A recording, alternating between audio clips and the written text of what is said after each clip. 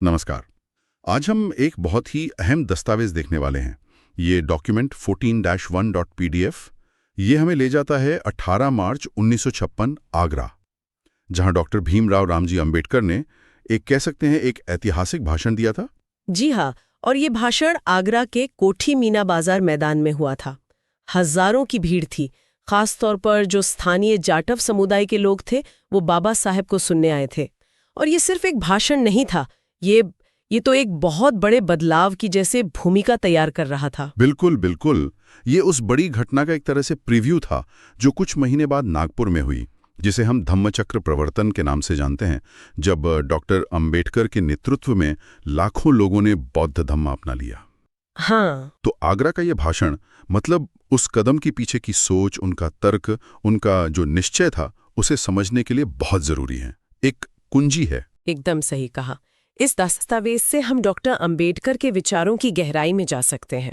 मतलब क्यों उन्होंने हिंदू धर्म छोड़ने का फैसला लिया, बौद्ध धर्म ही क्यों चुना, और अपने लोगों से उन्होंने क्या अपील की, ये सारी बातें सब इस भाषण में सामने आती हैं। तो चलिए फिर शुरू करते हैं, इस दस्तावेज को देखते हैं और समझने की कोशिश करते हैं कि 18 मार्च 1956 को आगरा में क्या हुआ और क्यों ये आज भी इतना महत्वपूर्ण है। हाँ, तो शुरुआत करते हैं उस दिन के माहौल से।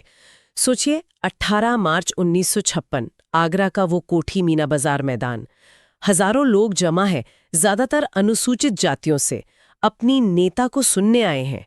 माहौल में एक उम्मीद तो है, पर शायद थोड़ी बेचैनी भी। और ये बात भी ध्यान में रखनी होगी कि उस वक्त डॉक्टर अंबेडकर की सेहत वो ठीक नहीं थी। हाँ, लगभग 67 साल की उम्र और बीमारियों से भी जूझ रहे थे। हाँ, दस्तावेज में लिखा है कि उन्हें बोलने में भी काफी तकलीफ हो रही थी, फिर भी वो आए और घंटों तक बोले। ये उनके इरादे की मजबूती दिखाता है। हाँ, ये बात उनके अटूट संकल्प को दर्शाती है। मतलब शारीरिक तौर पर इतनी चुनौतियां थीं, लेकिन उनके लिए अपना संदेश पहुंचाना ज्यादा जरूरी था। वो जानती थीं कि ये बातें कहनी ही होंगी, चाहे कितनी भी मुश्किल आए। ये उनके लिए सिर्फ कोई राजनीतिक सभा नहीं थी, ये उनके जीवन का जो मिशन था उसका एक बहुत अहम पड़ाव था। तो इस मुश्किल माहौल में और अपनी सेहत की परवाह न करते हुए बाबा साहेब ने ऐसा क्या कहा? क्या था उनके भाषण का मुख्य बिंदु? उन्होंने इतनी सख्ती से हिंदू धर्म छोड़ने की बात क्यों कही? देखिए, उनके भाषण का सार तो बहुत साफ था, जैसा इस दस्तावेज से पता चलता है। उन्होंने बिल्कुल साफ शब्दों में कहा कि हिंदू धर्म के दायरे में रहते हुए उनके लोगों के लिए, खासकर दलितों के लिए, सामाजिक बराबरी और आत्मसम्मान पाना वो मुमकिन नहीं है।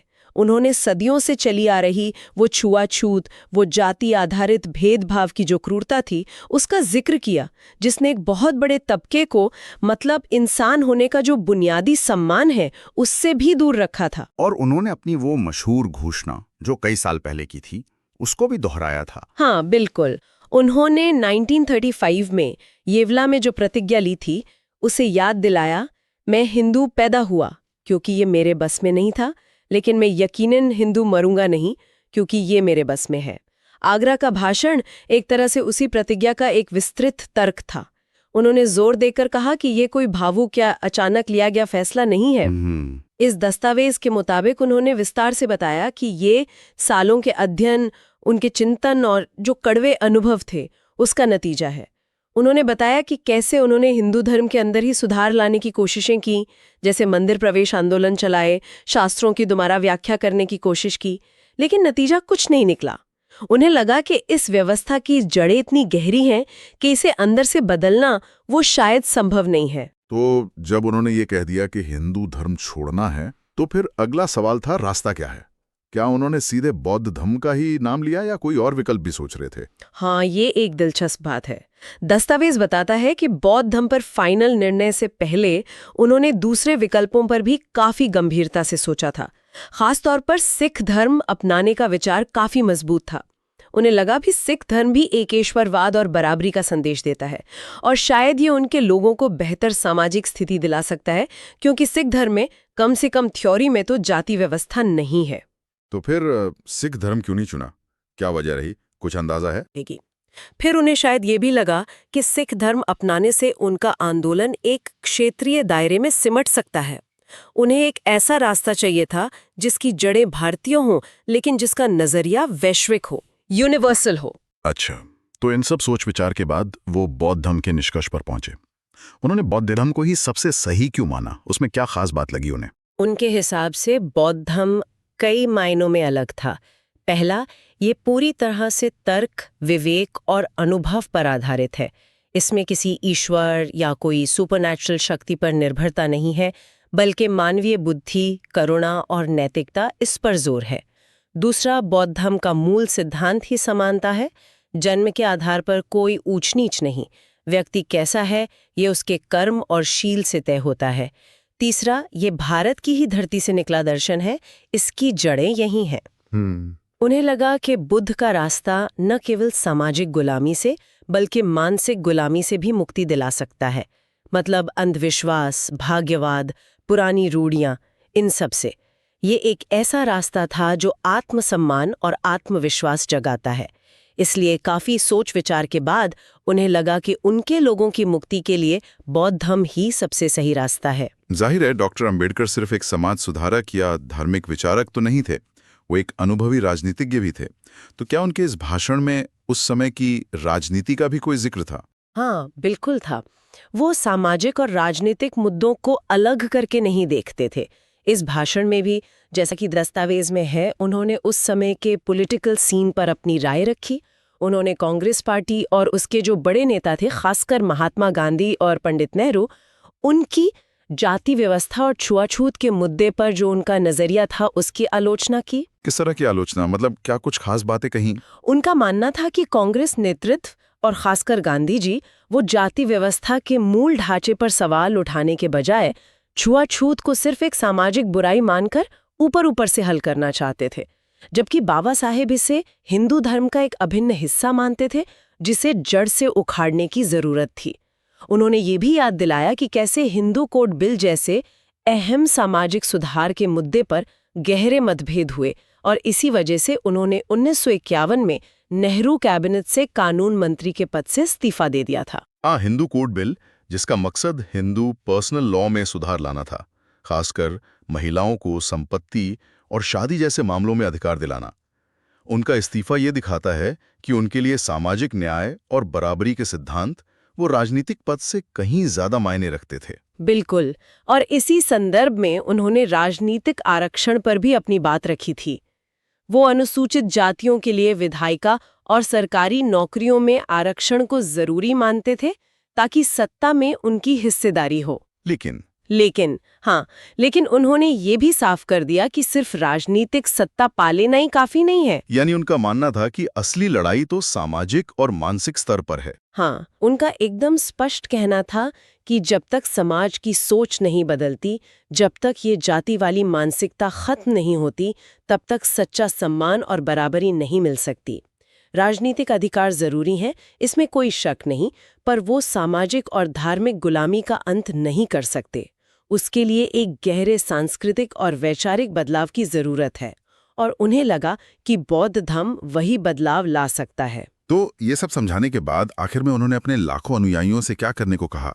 उनका अंतिम संदेश क्या था? क्या आह्वान था? उनका आह्वान बहुत सीधा और ताकतवर था। उनका वो प्रसिद्ध नारा है ना, शिक्षित बनो, संगठित रहो, संघर्ष करो, वो इस भाषण की भावना में भी गूंज रहा था। उन्होंने लोगों से अपील की कि वो उन हजारों साल पुरानी रूढ़ियों, अंधविश्वासों, कर्मकांडों को छोड़ दें जिन्होंने उन्हें जकड़ रखा है और जो उनके शोषण का कारण बनी है। और सबसे बढ़कर उन्होंने खुले तौर पर बिल्कुल साफ साफ बौद्ध धर्म अपनाने का आह्वान किया। उन्होंने कहा कि यही वो रास्ता है जो उन्हें इज्जत, आज़ादी और बराबरी की जिंदगी देगा।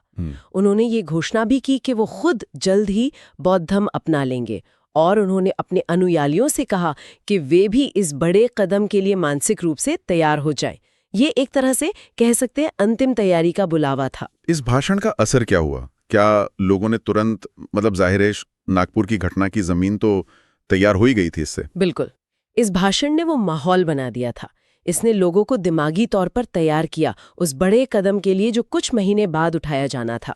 14 अक्टूबर 1956 विजयादशमी का दिन था, नागपुर की दीक्षा भूमि। वो ऐतिहासिक दिन जब डॉक्टर अंबेडकर ने अपने लाखों अनुयायियों के साथ बौद्ध धर्म की दीक्षा ली। इस घटना को धम्म चक्र प्रवर्तन कहा गया, मतलब धर्म के चक्र का फिर से घूमना, जो बुद्ध के पहले उपदेश की घटना का भी प्रतीक है।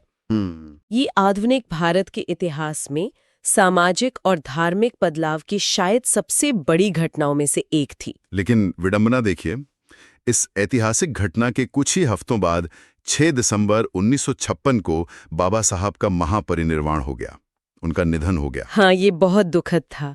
ऐसा लगा जैसे वो अपना सबसे जरूरी काम पूरा करके ही गए हों। लेकिन उनके जाने से उनके द्वारा शुरू किया गया आंदोलन रुका नहीं। जो मशाल उन्होंने जलाई थी, उसे उनके अनुयायियों ने थामे रखा।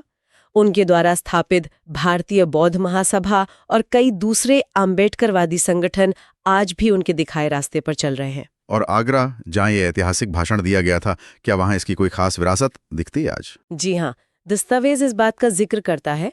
आगरा में उसी कोठी मीना बाजार मैदान में, जिसे अब धम्म भूमि के रूप में भी जाना जाता है, वहाँ धम्म भूमि संरक्षण समिति है। वो 2014 से लगातार हर साल 18 मार्च को इस ऐतिहासिक भाषण की वर्षगांठ मनाती है। हाँ, 2020 में कोविड की वजह से रुकावट आई थी, लेकिन उसके बाद ये सिलसिला फिर से शुरू हो गया है। यानी ये सिर्फ इतिहास की बात नहीं है, ये एक जारी परंपरा बन चुकी है। बिल्कुल, और ये सिर्फ आगरा तक ही सीमित नहीं है। दस्तावेज में और भी उदाहरण है। जैसे 18 मार्च 2016 को महाराष्ट्र के औरंगाबाद में खास तौर पर महिलाओं के लिए एक बड़ा धम्म दीक्षा समारोह हुआ था। हजारों महिलाओं ने हिस्सा लिया उसमें। अच्छा। फिर 18 मार्च 2017 को सारनाथ से एक 10 दिन की महिला जागृति चेतना यात्रा शुरू हुई थी। उसका समापन आगरा में हुआ।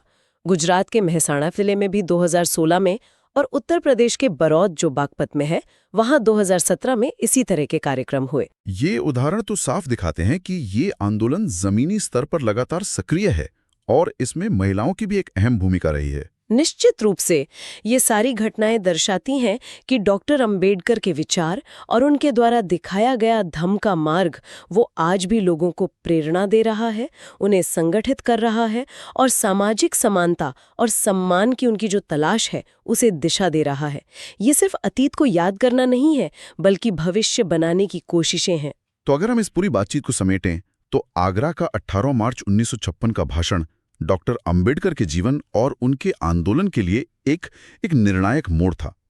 यह सिर्फ एक भाषण नहीं था, बल्कि हिंदू धर्म की जो असमानता वाली व्यवस्था थी उसे पूरी तरह से खारिज करने का एक तार्किक घोषणा पत्र था और बौद्ध धर्म को मुक्ति के मार्ग के रूप में अपनाने का एक मजबूत आधार था। आपने बिल्कुल सही कहा। ये भाषण महज धर्म बदलने का आह्वान भर नहीं था। इसके मूल में सामाजिक न्याय, मानवीय गरिमा, स्वतंत्रता और समानता की एक गहरी तड़प थी।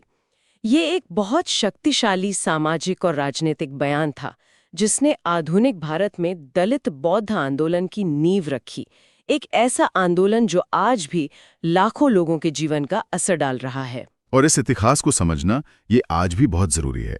ये हमें भारत में सामाजिक न्याय के लिए जो संघर्ष चल रहे हैं, धार्मिक पहचान से जुड़े जो मुश्किल सवाल हैं और जाति व्यवस्था के खिलाफ जो आंदोलन चल रहे हैं, उनकी जड़ों और उनकी दिशा को बेहतर ढंग से समझने में मदद करता है। और यहीं पर हम एक विचार के साथ अपनी बात खत्म करना चाहेंगे।